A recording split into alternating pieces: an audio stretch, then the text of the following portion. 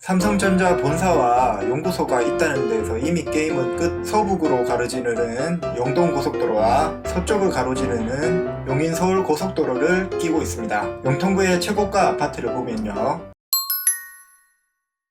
수원의 동부에 위치한 영통구는 수원에서 가장 늦게 만들어졌지만 삼성전자 본사와 연구소, LG화학 연구소와 경기도 유수의 대학이 포진하여 젊고 부유한 도시 이미지를 가졌습니다. 아울러 신영통과 동탄 신도시와 연계되어 있어서 영통구의 번화함을 더해주고 있는데요.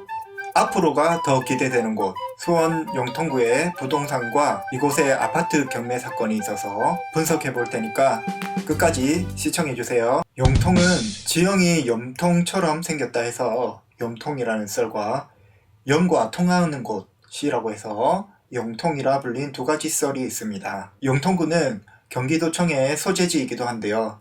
이곳에 사는 구민들의 평균 34세의 젊은 도시이고, 그리고 아주대, 경기대학교의 학생들도 많이 거주하고 있어서 더 젊은 도시인 것 같습니다. 삼성그룹 주요 계열사 사업장이 모여있는 곳이기도 한데요. 이곳에 소속 직원들도 많이 산다는 거. 삼성전자 본사와 연구소가 있다는 데서 이미 게임은 끝. 지도를 살펴보시면 영통구는 북쪽으로 신분당선이 지나고 있고요.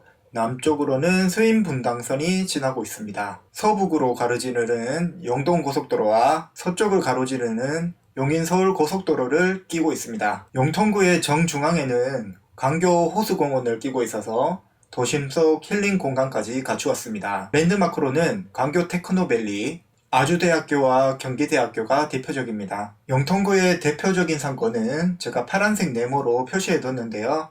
북쪽에 있는 강교 테크노밸리, 그리고 남쪽에 있는 망포역 인근, 그리고 동쪽에 있는 영통역 주변입니다. 영통구의 최고가 아파트를 보면요, 사진에 보이시는 강교 증웅 S클래스가 2019년 입주했고 52평이 약 30억으로 최고가입니다. 이어서 이편한 세상 강교가 47평에 17억이고요. 3위는 힐스테이트 강교가 38평에 17억입니다. 그런데 2020년 3억 3,200만원 하던 수원 영통구의 강교 호반마을 아파트는 2024년 현재 6억 6천 정도의 호가를 띠고 있는데요.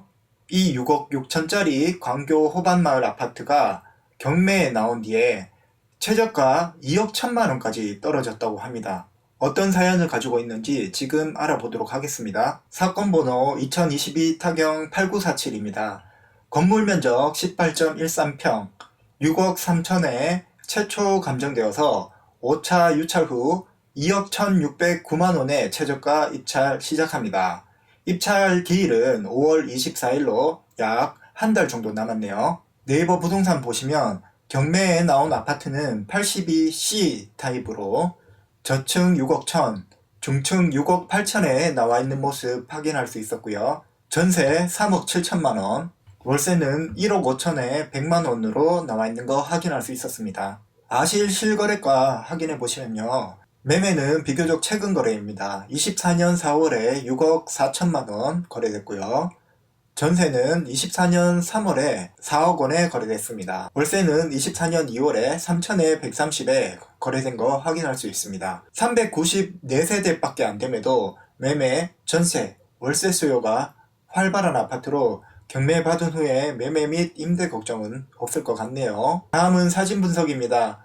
강교 호반마을 21단지는 4개동짜리 아파트 단지지만 관리와 조경이 잘 되어 있는 거 확인할 수 있습니다. 경매에 나온 물건의 동이고요. 호수 사진도 잘 나와 있네요. 계양도를 보시면 2101동은 남서향이고, 구조도를 보시면 침실 3개와 욕실 2개, 거실 하나, 주방 하나 구조입니다. 이렇게 멀쩡한 아파트가 경매에서 왜 반값도 안 되는지 의아한데, 해답은 임차인 현황에 있었습니다. 임차인 현황을 보시면 신땡땡님은 등기부상 말소 기준 권리인 2022년 6월 근저당보다 적립이 빨라서 선순위 대항력 있는 임차인입니다.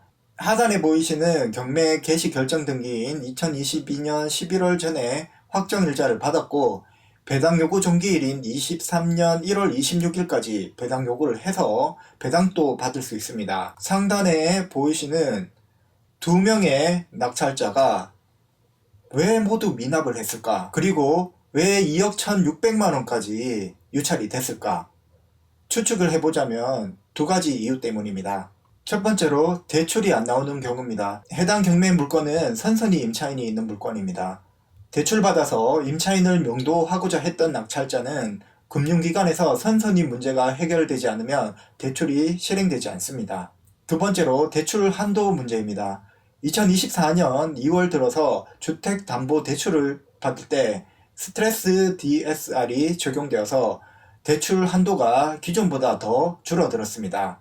낙찰자가 원하는 만큼의 대출이 실행되지 않았을 가능성이 있습니다. 세 번째는 명도 저항에 관한 건입니다. 그런데 이 사건의 임차인은 앞서 보셨던 바와 같이 명도 저항이 낮을 것으로 보입니다. 그 이유는 배당 요구를 한 것으로 보아 배당만 받는다면 무리 없이 이사를 나갈 것으로 보이기 때문입니다. 결국 이 경매 사건의 아파트 경매 가격이 떨어진 이유, 그건 대출 문제가 가장 큰 것으로 보여집니다. 오늘 수원시 영통구 지역에 대해 알아보고 인근의 강교 호반마을 아파트가 6억 6천짜리였는데 어떻게 2억 1천만 원으로 떨어지게 됐는지 그 원인을 살펴봤습니다. 초보분들은 절반 이하의 가격에 혹해서 경매에 덜컥 입찰하기보다는 선순위 임차인 사건의 경우 배당 및 대출 가능 여부를 꼼꼼히 따져서 입찰을 하셔야겠습니다. 영상 도움되셨다면 바로 끄지 마시고 구독과 좋아요 눌러주시면 다음 컨텐츠 제작에 큰 힘이 되니까요. 꼭 부탁드리겠습니다. 감사합니다.